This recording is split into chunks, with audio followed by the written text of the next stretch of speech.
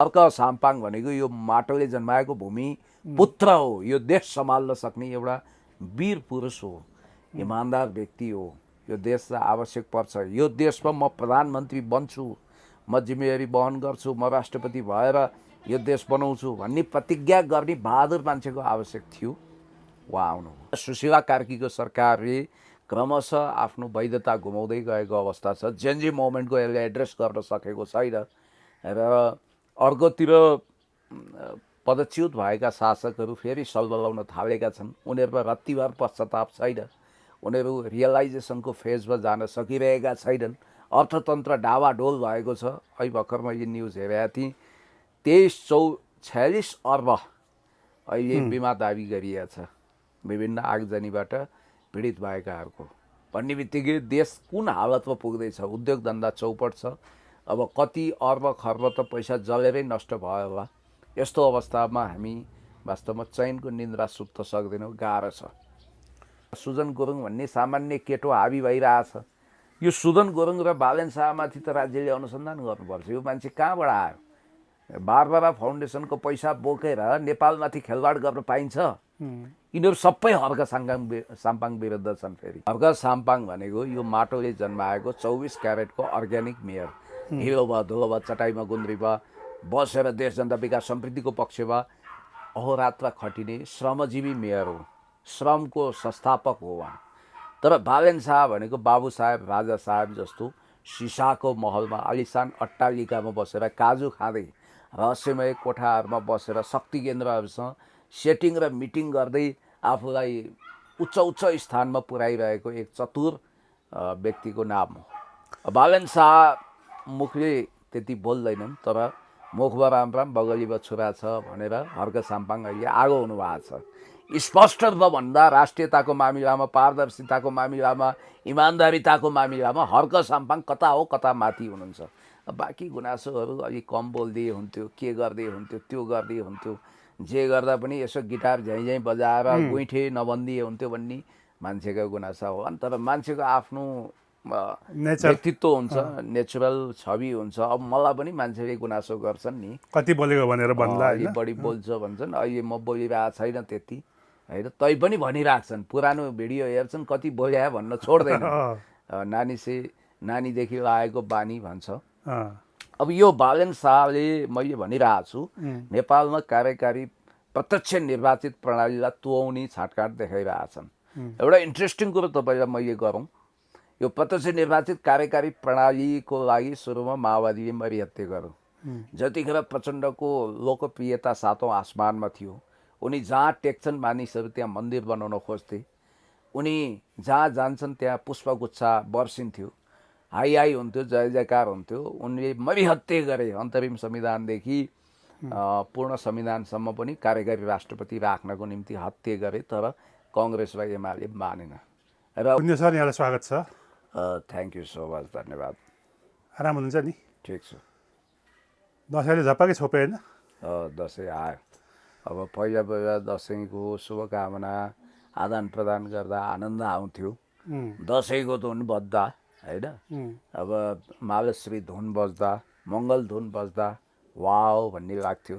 यो दसैँ भने चाहिँ कस्तो रहेछ भने बेङ नस्टाल्जिक। म फ्ल्यासब्याकमा जान्छु।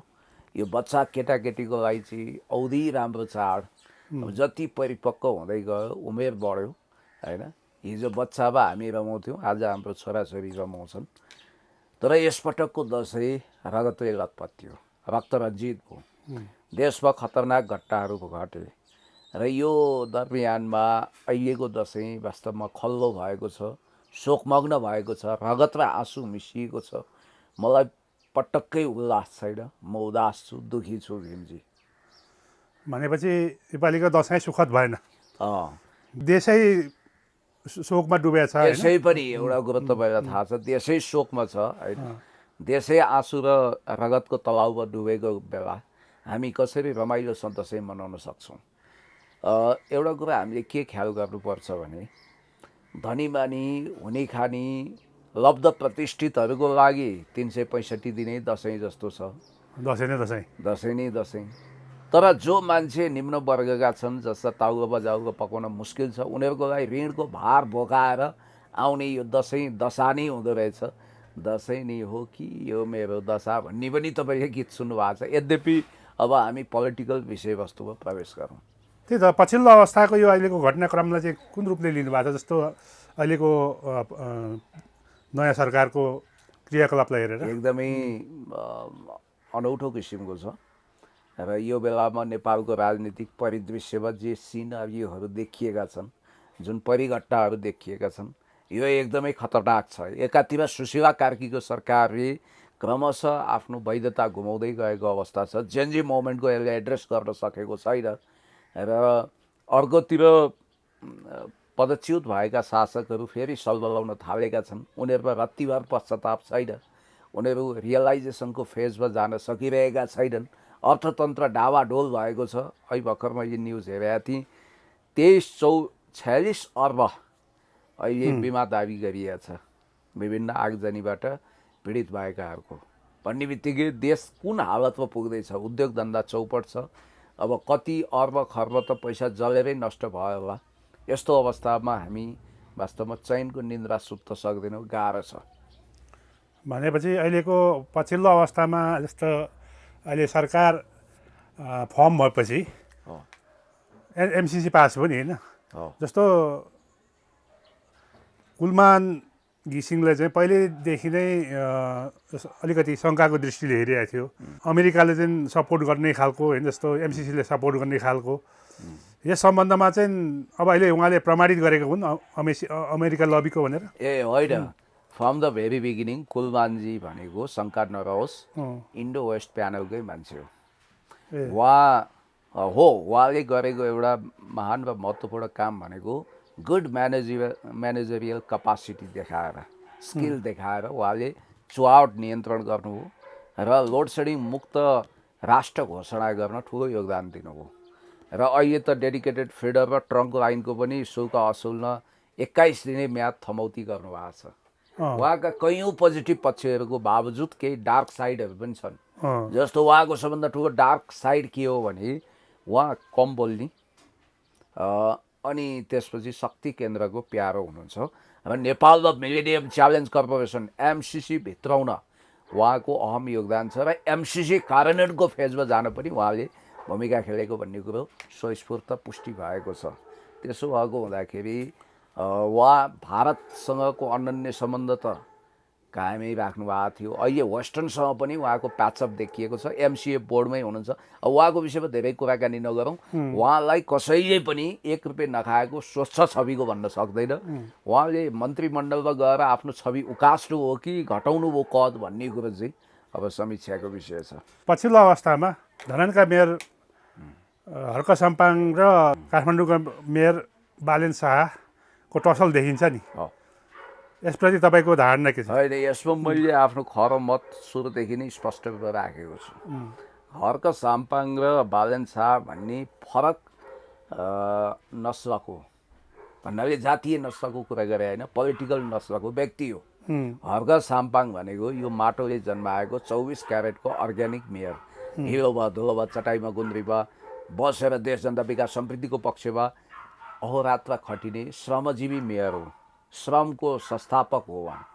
तर बालेन शाह भनेको बाबु साहेब राजा साहेब जस्तो सिसाको महलमा आलिसान अट्टालिकामा बसेर काजु खाँदै रहस्यमय कोठाहरूमा बसेर शक्ति केन्द्रहरूसँग सेटिङ र मिटिङ गर्दै आफूलाई उच्च उच्च स्थानमा पुर्याइरहेको एक चतुर व्यक्तिको नाम हो। बालेन शाह मुखले त्यति बोल्दैनन्, तर मुखमा राम बगलीमा छुरा छ भनेर हर्क साम्पाङ अहिले आगो हुनुभएको छ। स्पष्ट भन्दा राष्ट्रियताको मामिलामा, पारदर्शिताको मामिलामा, इमान्दारिताको मामिलामा हर्क साम्पाङ कता हो कता माथि हुनुहुन्छ। बाँकी गुनासोहरू अलिक कम बोलिदिए हुन्थ्यो, के गरिदिए हुन्थ्यो, त्यो गरिदिए हुन्थ्यो, जे गर्दा पनि यसो गिटार झैँ बजाएर गुइठे नबन्दिए हुन्थ्यो भन्ने मान्छेको गुनासा हो। अनि तर मान्छेको आफ्नो व्यक्तित्व हुन्छ, नेचुरल छवि हुन्छ। अब मलाई पनि मान्छेले गुनासो गर्छन् नि, कति बोलेको भनेर भन्ला, अलि बढी बोल्छ भन्छन्। अहिले म बोलिरहेको छैन त्यति होइन, तै पनि भनिराख्छन्। पुरानो भिडियो हेर्छन्, कति बोल्या भन्न छोड्दैन। नानीदेखि लागेको बानी भन्छ। अब यो बालेन शाहले मैले भनिरहेको छु, नेपालमा कार्यकारी प्रत्यक्ष निर्वाचित प्रणालीलाई तुहाउने छाटकाट देखाइरहेछन्। एउटा इन्ट्रेस्टिङ कुरो तपाईँलाई मैले गरौँ, यो प्रत्यक्ष निर्वाचित कार्यकारी प्रणालीको लागि सुरुमा माओवादीले मरिहत्ते गर्यो।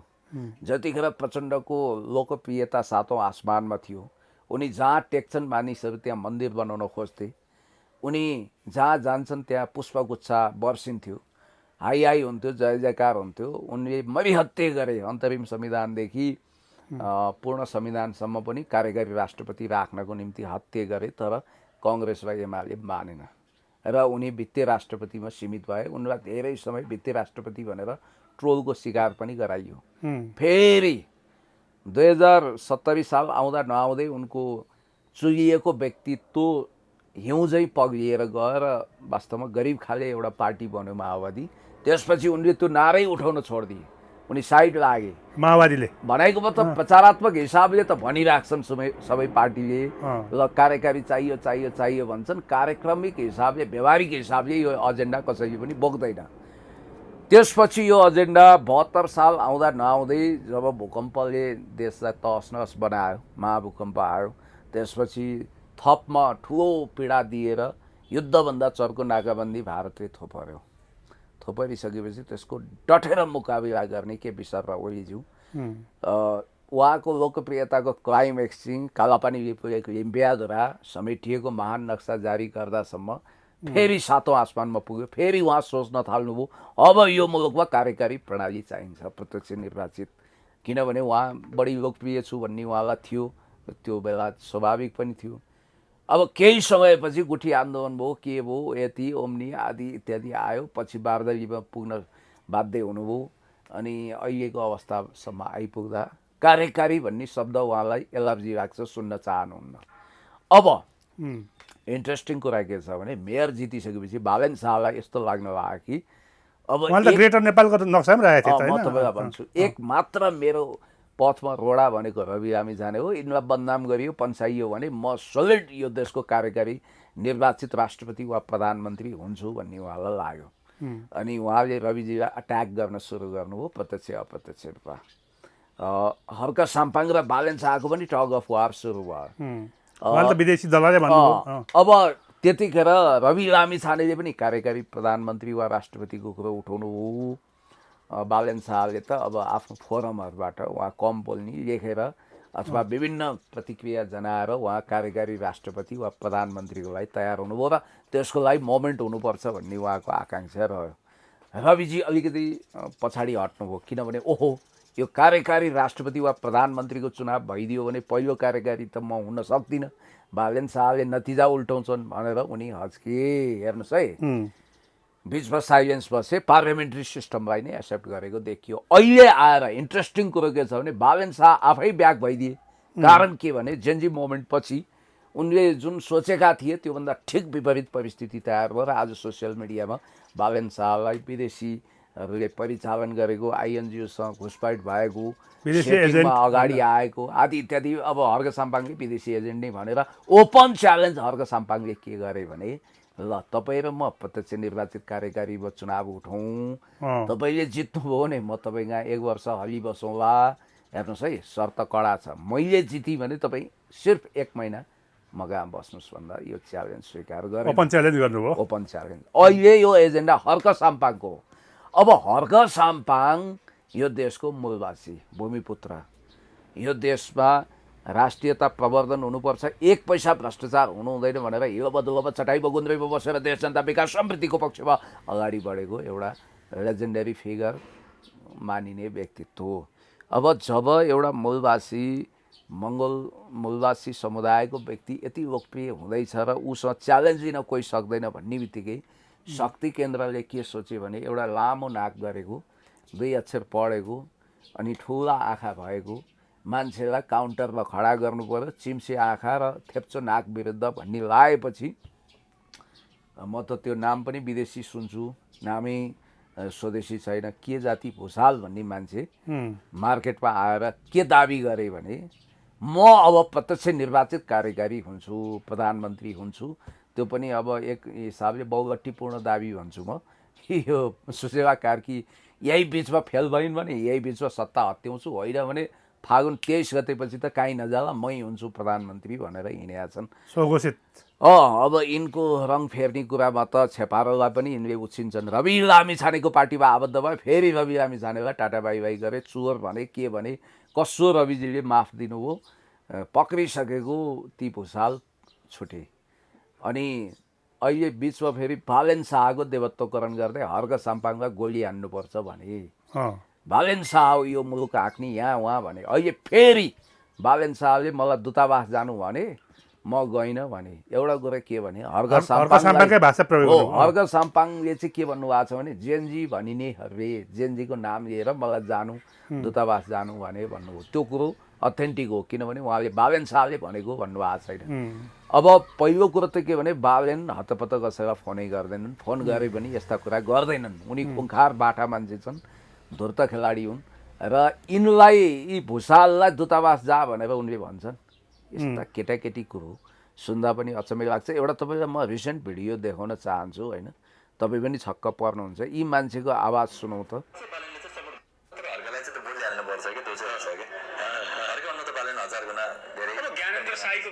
नेगेटिभ टिप्पणी गरिहाल्ने बानी आफू बाहेक कोही होइन जस्तो होइन। अहङ्कार त्यही भयो कि अब अहङ्कार बढी भयो, मै मात्र हो भन्ने भयो, मैले भनेको हुनुपर्छ भन्ने भयो। उहाँले चाहिँ अलिकति म्याचेबल हुँदो रहेछ क्या बालेन शाह र चाहिँ हर्क साम्पाङको एक दुईवटा कुरा म्याचेबल छ। एक दुईवटा कुरा के बालेनको हर्कको नभएको र बालेनको भएको भने बालेन चाहिँ धेरै बोल्दैन गर्छ, तर हर्कलाई चाहिँ त बोलिहाल्नुपर्छ कि त्यो चाहिँ समयअनुसार रङ्ग फेर्ने होइन, रङ फेर्ने मात्रै होइन, तपाईँको कतिसम्म भयो भने यो त अत्यन्तै अराजक र खतरनाक अभिव्यक्ति भएन र म भन्छु। यो कुनै यहीँबाट उत्पादन गरेको होइन, अहिले भाइरल भइरहेछ। त हिजो 1 महिना अगाडिसम्म गोली हान्नुपर्छ भन्ने फेरि अहिले लपक्कै टाँसिने फेरि भनिरहेछन्। अब यो मान्छेले के गरिरहेछ भने अहिले हर्क साम्पाङको लोकप्रियता आफूमा मिसाउन खोजिरहेछ र हर्क साम्पाङ आउनु भयो भन्ने भएपछि औडा भएर प्रत्यक्ष निर्वाचित कार्यकारी प्रधानमन्त्री म भनेर होटलमा कार्यक्रम गरिरहेछन्। महँगो होटलमा कार्यक्रम गर्ने खर्च बिल चाहिँ कसले बेहोर्दो रहेछ यो पनि हामी बुझौँ न। किनभने म गाउँघरमा हुने खाने मान्छे, काठमाडौँमा पनि मेरो राम्रै छ, तर मलाई सामान्य ढङ्गले जीवन बाँच्न पुगेको छ। असामान्य ढङ्गले जीवन बाँच्न त म सक्दिनँ। मैले गरिब दुखी रोगी असहायलाई 30औं लाख पनि मद्दत गरेको छु। अब यी मान्छेहरू रहस्यमय मान्छे हुन्, यिनीहरूको महिमा अपरम्पार छ। हुन त यस्ता विषयमा समय खेर फ्याँक्नुभन्दा अब हर्क साम्पाङ र बालेन शाहको के हुन्छ भनेर सोच्नु राम्रो हो। म तपाईँलाई के भन्छु भने के होला त सर, अब जेनजी मोमेन्टको परिणाम हाइज्याक भएको विषयबाट जाउँ।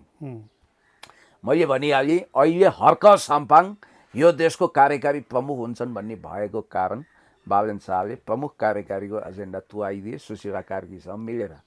सुशीला कार्कीले अस्ति जुन एड्रेस गर्नुभयो जेनजी मोमेन्टको भावनालाई बिल्कुलै छोरा हानेर उहाँले बोल्नुभयो। उहाँले भन्नुभयो अहिले प्रत्यक्ष निर्वाचित कार्यकारी पनि हुँदैन, प्रदेश सरकारको विषयमा पनि रिकन्सिडर हुँदैन, चुनाव मात्रै हुन्छ, अरू खासै केही हुँदैन। अब यो जेनजी मोमेन्टमा दमनकर्ताहरू जो छन् उनीहरूमाथि छानबिन चाहिँ हामी गर्छौँ आदि इत्यादि भन्नुभयो। भन्नाले यत्रो झन्डै 100 जनाकोलाई बलिवेदीमा चढाएर देशलाई रगतको खोलोमा नुहाइदिएर यो ढङ्गको आतङ्क र हिंसा मच्चाएर देशको आर्थिक अवस्था जर्जर बनाएर सुशीला कार्कीले रगतमाथि पाउ टेकेर सत्तारोहण गर्नुहुन्थ्यो। नाथि एक थान प्रधानमन्त्री त केपी ओलीले सिफारिस गरिसकेका थिए नि। केपी ओलीले 1 वर्ष अगाडि यो मुलुकमा अब महिला प्रधानमन्त्री आउनुहुन्छ भनेर प्रेडिक्सन गर्नुभएको थियो। यही रहेछ, सेटिङै रहेछ भने यो अब अर्को अचम्मको कुरो म तपाईँलाई गर्छु। इतिहासमा यस्तो कहिल्यै भएको थिएन। 2007 सालको परिवर्तनको नेतृत्व काङ्ग्रेसले गर्यो र राणा पनि सरेन्डर गर्यो। पछि काङ्ग्रेसकै सरकार बन्यो। आवधिक रूपमा मोहन शमशेर केही समय बसे, तर मातृका बाबु नै प्राइम मिनिस्टर बन्नुभयो। 17 सालमा राजाले प्रजातन्त्रमाथि कु गरे, बुट र बन्दुक चलाए। 17 सालमा प्रधानमन्त्री को भयो के अरे भन्दा राजा महेन्द्रले इच्छाएको व्यक्ति नै हुनुभयो। भनेको मतलब त्यो पञ्चायतले विजय गरेको समय थियो, पञ्चायतकै मान्छे प्रधानमन्त्री भए। 46 सालमा वाम मोर्चा र काङ्ग्रेसको संयुक्त सरकार हो, अन्तरिम सरकारको प्रधानमन्त्री किशनजी हुनुभयो। 63 को आन्दोलनपछि काङ्ग्रेस र वामपन्थी कम्युनिस्टहरूको सरकार बन्यो। अब अहिले जेएनजीको मोमेन्ट भनेको छ सुशीला कार्की त कहीँ पनि हुनुहुन्न, उहाँ जेएनजी पनि होइन, केही पनि होइन। नीति जसको नेतृत्व त्यसकै हुनुपर्ने होइन र? यो त अननेचुरल भयो एउटा कुरो। दोस्रो कुरो के भने नभए सुशीला कार्की पर्दाभित्रको खेलाडी हो कि यो जेएनजीको नेतृत्वमा जति पनि भीषण आन्दोलन भयो, अझ जेएनजीको नाउँमा घुसपैठ भएर यत्रो मान्छे मरे, खरबौँको सम्पत्ति नोक्सानी भयो, त्यसको इनिसिएटर पर्दाभित्रको नायिका उहाँ हो कि? केही तथ्यहरू आएका छन्, जस्तो जेएनजी मोमेन्ट चर्किँदै गर्दा उहाँ आफै बानेश्वरमा पुग्नु भएको थियो, इन्टरभ्यू दिनुभएको थियो, सहभागिता जस्तो देखिएको थियो भन्नाले अब मलाई लाग्छ जेएनजीले दसैँ तिहार पछि सकिन्छ यो बिचैमा, दसैँ त आइ नै सकौँ, लाखौँ लाखको जुलुस निकालेर आन्दोलन गरेर, आन्दोलन कस्तो? बिल्कुल बुद्धवादी, बिल्कुल शान्तिवादी, सम्भावना हुन्छ सर? सत्याग्रही सम्भव छ। जेएनजीले अघिल्लो दिन जो घोषणा गरेका थियो, हामी हातमा फुल लिएर आन्दोलन गर्छौँ भनेर, बिल्कुल सत्यवादी, एक थोपो रगत नबगाइकन, एक थोपो पसिना नबगाइकन बुद्धवादी तरिकाले आवाज बुलन्द गर्ने 77 जिल्लामा गाउँ गाउँ बस्ती बस्तीमा उठ्ने भने सुशीला कार्की स्टेप डाउन गर्न बाध्य हुनुहुन्छ। त्यसपछिको अवस्था के छ भने यो हामीले दलतन्त्रभन्दा माथि उठेको लोकतन्त्र खोजेको, तर एनजिओ तन्त्रमा तब्दिल भयो। अब तपाईँको समता फाउन्डेसनदेखि बारबरा एडम्सको फाउन्डेसनसम्मको हाबी भयो, प्रीतिवत मोमेन्टवालाहरू हाबी भयो। यस्तो होइन, अन्तरिम संसद बनाउनु पर्यो। यसलाई अन्तरिम सरकार तपाईँ कसरी भन्नुहुन्छ? जब तपाईँसँग अन्तरिम संसद छैन, अन्तरिम संविधान छैन भने कसरी यो अन्तरिम सरकार हुन्छ? यो त विचित्रको, यो संविधानको धाराले नचिन्ने, धारा 76, धारा 77ले चिन्दैन यो सरकारलाई। बहुमतको सरकार, अल्पमतको प्रतिपक्ष भन्ने छँदै छैन। अर्को कुरा, धारा 176मा स्पष्ट रूपमा सर्वोच्च अदालतको सम्माननीय प्रधान न्यायाधीश वा न्यायाधीश भएको व्यक्ति प्रधानमन्त्री हुने प्रावधान नै छैन भीमजी। भन्ने बित्तिकै हामीले के बुझ्नु पर्यो भने, भोलि प्रकाश सिंह राउतले त भनिसक्नु, भोलि यदि रिट निवेदन लिएर कोही आयो भने हामी यसको फैसला सुनाउँछौँ भनेर भन्ने बित्तिकै यो सरकारमा ग्रहण लागेको छ र यो सरकारको भविष्य अदालतबाटै कोल्याप्स हुनसक्छ र फेरि संसद पुनर्स्थापना हुनसक्छ र फेरि संसद पुनर्स्थापना हुँदा पुरानै सत्ताको खेल भयो भने अर्को मोमेन्ट चर्किने एउटा भयानक स्थिति आउन सक्छ। नम्बर 1, लु संसद पुनर्स्थापना भएन भने पनि जेएनजीको एजेन्डाहरू त हाइजेक भएको छ होइन। भ्रष्टाचार विरुद्ध शक्तिशाली आयोग पनि बनेन, राज्य पुनर्संरचनाको नयाँ खाका पनि कोरिएन, प्रदेश संरचनाको विषयमा पुनर्विचार गरिएन, सेतो हात्ती जस्तो बनेको प्रदेश संरचना, त्यसै गरी तपाईँको प्रत्यक्ष निर्वाचित कार्यकारी ग्यारेन्टी गरिएन भन्ने बित्तिकै यो एजेन्डा केही पनि जेएनजीको छैन र यो अचानक तिल्के मिल्के झिल्केहरूले सरकार बनाए, सुशासनको झाँसा दिइएको छ। यसको नाउँमा यो सरकारले जेएनजी मोमेन्टको म्यान्डेट भनेको कालापानी लिम्पियाद्वारा समेटिएको महान नक्सा अफिसबाट झिक्नु हो त। सुशीला कार्कीको कार्यकक्षमा त देखिएन त्यो महान नक्सा कालापानी लिम्पियाद्वाराको। त्यस कारणले गर्दाखेरि नक्सा गायब गर्ने यो सरकार, खोइ नक्सा कहाँ छ अहिले पब्लिकले सोधिरहेछन्। राष्ट्रियताको मामिलामा धेरै गल्ती गर्ने सम्भावना छ र गल्ती गरि नै सक्यो। त्यसकारण मलाई जहाँसम्म लाग्छ, किन कान ठाड्न लाग्यो कि अहिलेसम्म त्यत्रो विरोध आइसक्यो नि त नक्सा छैन भनेर होइन? यस्तो हो भीमजी, तपाईँले एउटा के बुझ्नुपर्छ भने यो विदेशीहरूको लागि कम्फर्टेबल भएको गभर्मेन्ट हो। कम्फर्टेबल गभर्मेन्ट हो र यिनीहरूमा जन उत्तरदायित्व छैन। अब कुन चाहिँ एउटा सञ्चार माध्यममा काम गरिरहेको कुनै एउटा पिउसोलाई ल्याएर मन्त्री बनाइदिएको छ, कता जागिरबाट रिटायर भएको मान्छे बोकेर आएछ। अब महावीरजीको त्यो विचरापन र अब स्वच्छता, त्यसपछि कुलमानको कार्यक्षमता मात्रै देखाएर यो सरकारको औचित्यता पुष्टि होला। उसै त केपी शर्मा ओलीज्यूले हाउ गर्ने सरकार भन्नुभयो, त्यतिसम्म नबने भए हुन्थ्यो। किनभने तथ्यहरूले के जनाएका छन् भने उहाँकै सिफारिसमा यो सरकार गठन भएको भनेर सेतो पार्टीको दाबी छ। मलाई थाहा छैन, आई डोन्ट नो, तर तथ्यहरू त्यतातिर आएछन्। 1 वर्ष अगाडि नै उहाँले घोषणा गर्नुभएको छ। अब आज सचिवालयको बैठकमा तीव्र दबाब होला उहाँलाई, पार्टी अध्यक्ष छोड्नुपर्छ भनेर। उहाँ अल्पमतमा हुनुहुन्छ भन्ने पनि बुझिन्छ। तर एउटा कुरो तपाईँले के ख्याल गर्नुहोस् भने यो सरकारकै सवालमा भन्दा हर्क साम्पाङले त राजीनामा मागिसक्नुभयो। स्वाभाविक हो, म चलाउँछु अब प्रधानमन्त्री भनिरहनु भएको छ। उहाँ त वास्तवमा यो देश चलाउँछु भनेर आएको हो नि। यहाँनिर एउटा अनौठो कुरा के छ भने सुशीला कार्कीलाई यो जेनजी मोमेन्टको नाउँमा एउटा खालको टिम खडा गरेर दोस्रो नम्बरमा नाम टिपाइयो। बालेन्साले आफ्नो नाम पहिलो नम्बरमा टिपाए, तर पनि नाम घोषणा गर्दैमा त भएन नि। अन्तर्राष्ट्रिय शक्ति केन्द्र त सुशीलाको पक्षमा झन्डा हल्लाइरहेको थियो, तपाईँले बुझ्नुपर्ने कुरा हो। त्यस कारणले गर्दा अब यो मन्त्रीहरूको ट्र्याक रेकर्ड हिस्ट्रीको विषयमा पनि मैले धेरै बोलिसकेको छु। म यति मात्रै तपाईँलाई भन्छु कि यो सरकार काहीँ नभएको जात्रा हाँडी गाउँमा लगाउन उद्यत छ। जस्तो यो अहिले यो जस्तै जेनजी मुभमेन्टको आन्दोलनले जेनजीहरूको गरेको आन्दोलनले चाहिँ को शक्तिशाली भयो के? जस्तो बालेन शक्तिशाली भयो कि हर्क शक्तिशाली भयो? होइन, हर्क साम्पाङको कद बढेको छ। त्यसमा बालेन त अस्तित्वको हिसाबले रक्षात्मक अवस्थामा पुग्दैछ। राष्ट्रियताको मामिला संवेदनशील मामिला हो। अब यही मान्नुहोस् न, उनले अस्ति टेबल ठटाएर जसरी पनि हिजो जेनजी आन्दोलन दमन गर्ने र समाउनु पर्यो आदि इत्यादि भने बालेन शाहले। त्यो सुनवाई पनि हुँदैछ अरे, म सुन्दैछु। ककसको पासपोर्ट पनि रोक्का भइसक्यो। त्यसपछि यता गिरफ्तार गर्ने तयारी पनि हुँदैछ भन्ने सुनेको छु। दसैँ मान्न दिने कि नदिने भन्ने मात्रै छ अरे। दसैँ तिहार मानेर गर्ने कि अथवा यो बिचमा गर्ने कि बिचमा पक्राउ पर्न सक्छन् भन्ने सम्भावना छ होइन? त्यस्तो अवस्था देखियो। भोलिदेखि सरकारी कार्यालय बन्द हुन्छ भनेपछि आजै अब के होला नहोला त्यो बेग्लै कुरा हो, हाम्रो बसको कुरा होइन। अब मानौँ यो सरकारमाथि अदालती खड्गो टर्यो, सरकार सतत चल्यो, अदालतले टपल डाउन गरेन, संसद पुनर्स्थापना गरेन भने सुशीला कार्कीजीले 6 महिनाभित्र चुनाव गर्न सक्नुहुन्छ? 6 महिनापछि? I don't think so. मन्त्रीमण्डललाई पूर्णता दिनु सक्नु भएको छैन होइन?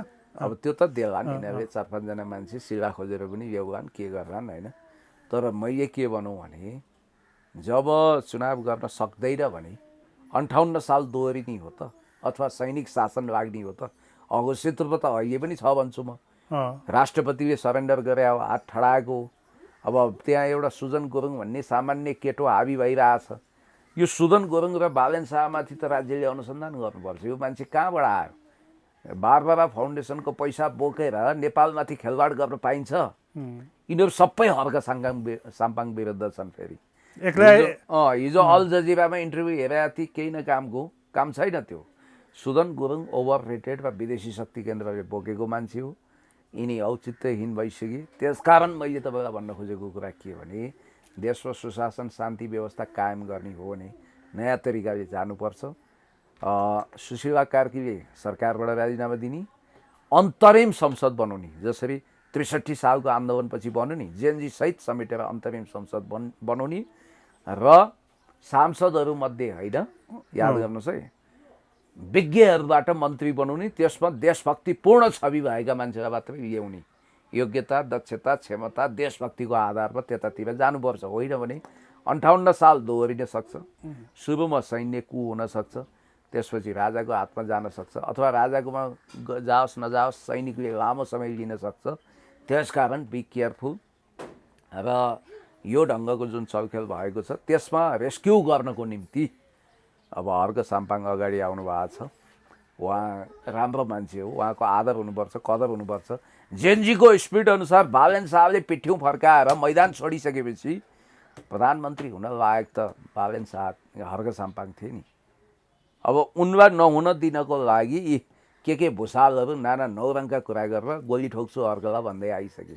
भन्नाले यो खालको चटक गाई जात्राबाट, झिल्के प्रवृत्तिबाट देश जोगिनुपर्छ। र मन्त्री पद खान आएको भनेर हर्क साम्पाङलाई चाहिँ गिराउनु खोजिएको थियो होइन? यो क्याबिनेटको मन्त्रीहरूको हालत तपाईँले देखिरहनु भएको छ। यो अहिलेको क्याबिनेटको मन्त्रीभन्दा त 1000 गुणा बेटर मान्छे हो। उहाँ मन्त्री बन्न नसक्नुको दुईवटा कारण। एउटा, उहाँ परम देशभक्त हुनुहुन्छ, दोस्रो स्वस्थ छविको हुनुहुन्छ, तेस्रो उहाँ कसैको चाकडी चापुसी गर्नुहुन्न, क्यालिबर हुनुहुन्छ। त्यही योग्यता नै उहाँको लागि मन्त्री हुने अयोग्यता बन्यो।